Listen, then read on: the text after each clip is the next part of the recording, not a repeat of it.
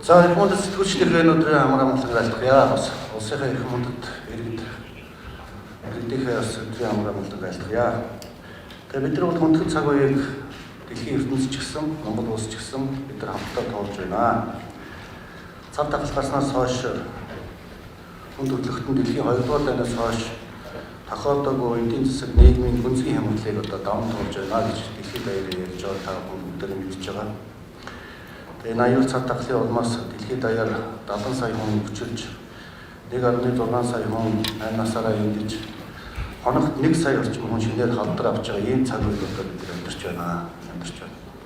Хүндхэн үеийг одоо бид нар тоолж байна.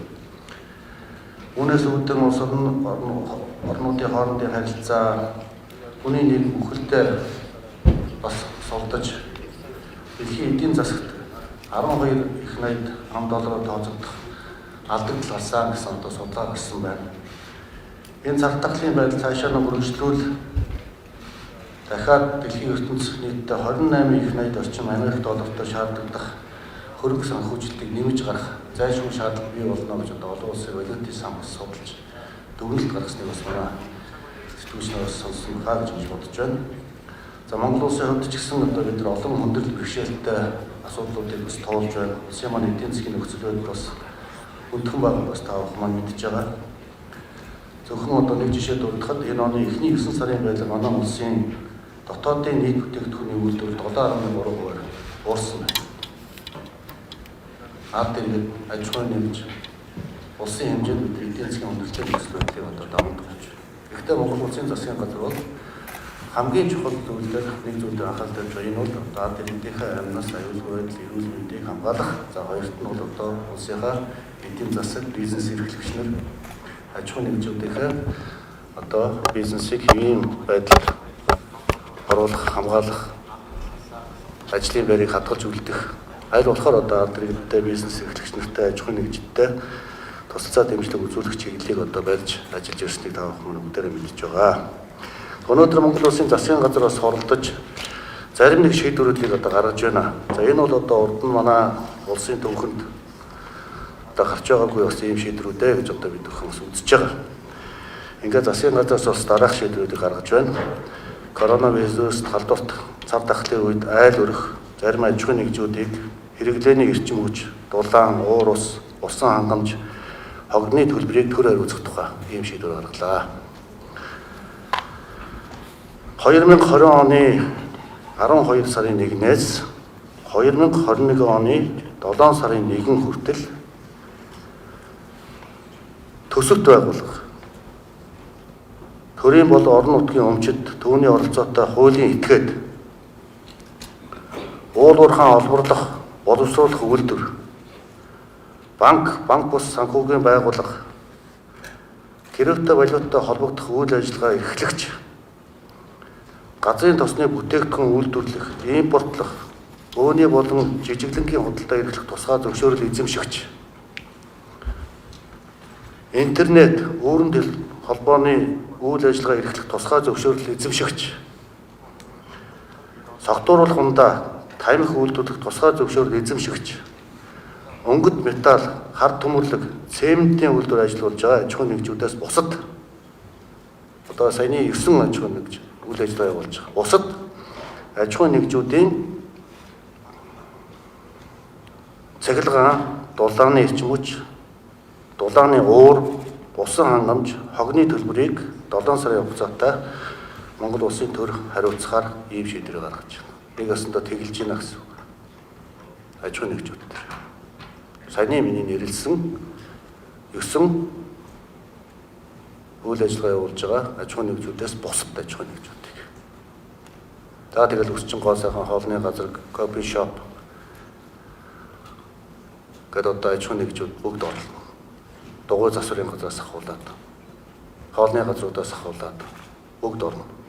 Нэгдүгээрт. За хоёрдугаарт Монгол улсын бүх айлуудын цахилгааныг 12 сарын 1-ээс эх жилийн 7 сарын 1 хүртэл бүх цахилгааныг тэглэж байна. Цахилгааны төлбөрийг. Дээр нь 100 м² хүртэл Орос сууцанд амьдардаг иргэдийн дулааны үнийг тэгэлж байна. Дулааны үнийг. За дээр нь ус хогны үнийг тэгэлж байна. Тэгэлж байна. За ийм арга хэмжээг одоо Монгол Улсын засгийн газар 12 сарын 1-ээс эх жилийн 7 сарын 1 хүртэл авч хэрэгжүүлэхээр шийдвэр гаргалаа. За гуравт нь сайжруулсан шахмал түлшний үнийг бид 50%-аар бууруулсан. Үнийг 75% бууруулж байна. 75%.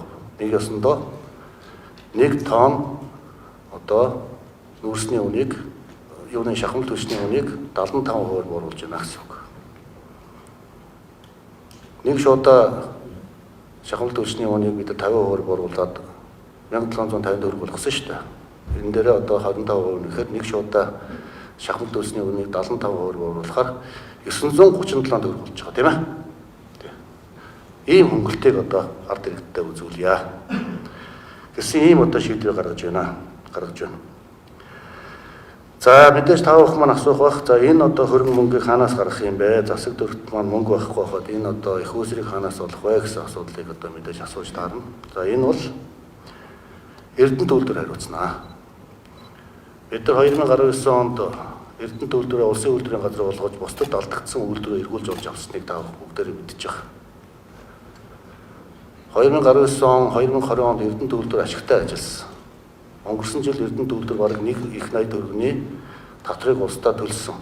Энэ жил бас мөн энэ хэмжээний одоо татварыг одоо улсдаа төлнө. За миний саяны хэлж байгаа хөнгөлтөнд нийтдээ бол Эрдэнэ төлөвлөлтөөр бол 650 орчим тэрбум төгрөгийг гаргаж санхүүжилт хийнэ. Тийм. Улсын үйлдвэрийн газар болсон. Эрдэнэт бол одоо ард түмний үйлдвэрээ ашигтай ажиллаж байгаа. Энэ санхүүжилтийг Эрдэнэ төлөвлөлтөөр хийж хэрэгжүүлнэ гэж ойлгох хэрэгтэй. За шахмал түлшнээс гарч байгаа үнийн санхүүжилтийг Эрдэнэс 5-7 компани хийнэ. Энэ бол одоо мэдлэнгээр хийгдэж байгаа. Бас манай ард түмний өмчөө. Нэг өсөндөө байгалийн баялгаа ард иргэд маань хүртэж байна гэж ойлгож байна. Хүртэж байна гэж. За энэ шийдвэрүүд бол одоо манай айл өрх, аж ахуйн нэгж, бизнес эрхлэгчид маань одоо томоохон хэмжээний дэмжлэг үзүүлнэ гэж бодож байна. Нөгөө талаар бид нар нэг өсөндөө суур өнүүдийг чөлөөлж байна гэсэнтэй ойлголт нэг байна.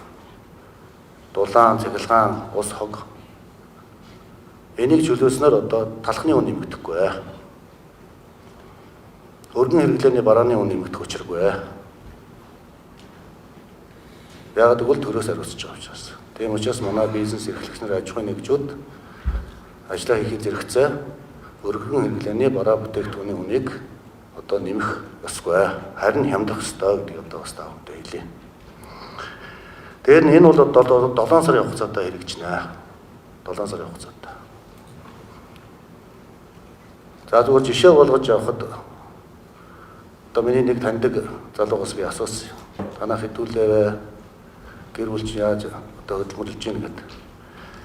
Жишээ нь тэр айл бол одоо гэр бүл гуруулаа 75 м2 байшинд амьдардаг. За нөхөр нь одоо фитнес ажиллаулдаг. Ийм одоо дасгалжуулагч багш байгаа. Тэр одоо сардаа 125 мянган төгрөгийг одоо байр дулаан цахилгааныхаа үнд төлдөг. За одоо фитнесийн клуб нь бол одоо 250 орчим метр квадрат талбайтай. Одоо тэр клуб нь зогсчихсон. Тэгтээ сар болгон сая 200 мянган төгрөгийн дулааны үнийг, цахилгааны үнийг төлж байгаа. Тэгээд тооцоод үзвэл одоо дунджаар тэр айлд одоо байр, дулаан, ажлынх нь зардлыг оруулаад үзвэл тэр айл сарда одоо сая 300 орчим мянган төгрөгийн хөнгөлтийг усаасаа авч яана гэсэн үг. За энийг 7 сараар үржүүлвэл тэгээд 11 сая орчим төгрөгийн тийм ээ. Хөнгөлтийг төр засаг нь тэр гэр бүлд олгож яана гэсэн үг. За энэ бол одоо Монгол улсын ард иргэд аж ахуйн нэгж бизнес эрхлэгчид маань энэ сар дахлыг дагуулж харахад одоо маш том дэмжлэг болох байхаа гэж бодож байгаа. Нөгөө төр одоо манай бизнес эрхлэгчид аж ахуйн нэгжүүд маань ажлын байраа сонгогдож болохгүй. Ажлын байраа сонгогдож болохгүй. Хүсэж байгаа зүйл. Цалин мөнгөө тавьж өгөх ёстой.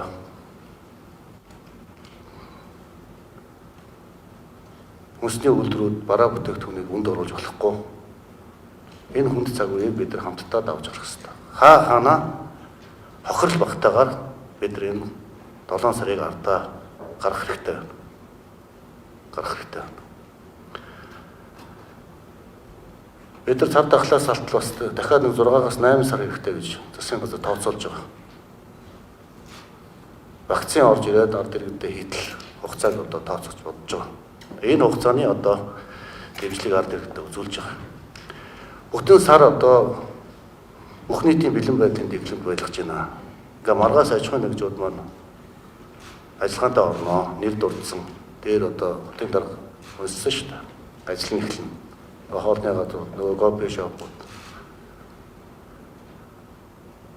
Энэ хүмүүст маань одоо их хэмжээний дэмжлэг үзүүлнэ гэж одоо тооцож бодож Монгол Улсын засгийн газар ийм шийдвэр гаргалаа гэдэг одоо ард иргэдтэй болон ер мэдээллийнхэн та бүхэндээ танилцуулъя гэж та бүхнийг урьж авчирсан юм аа.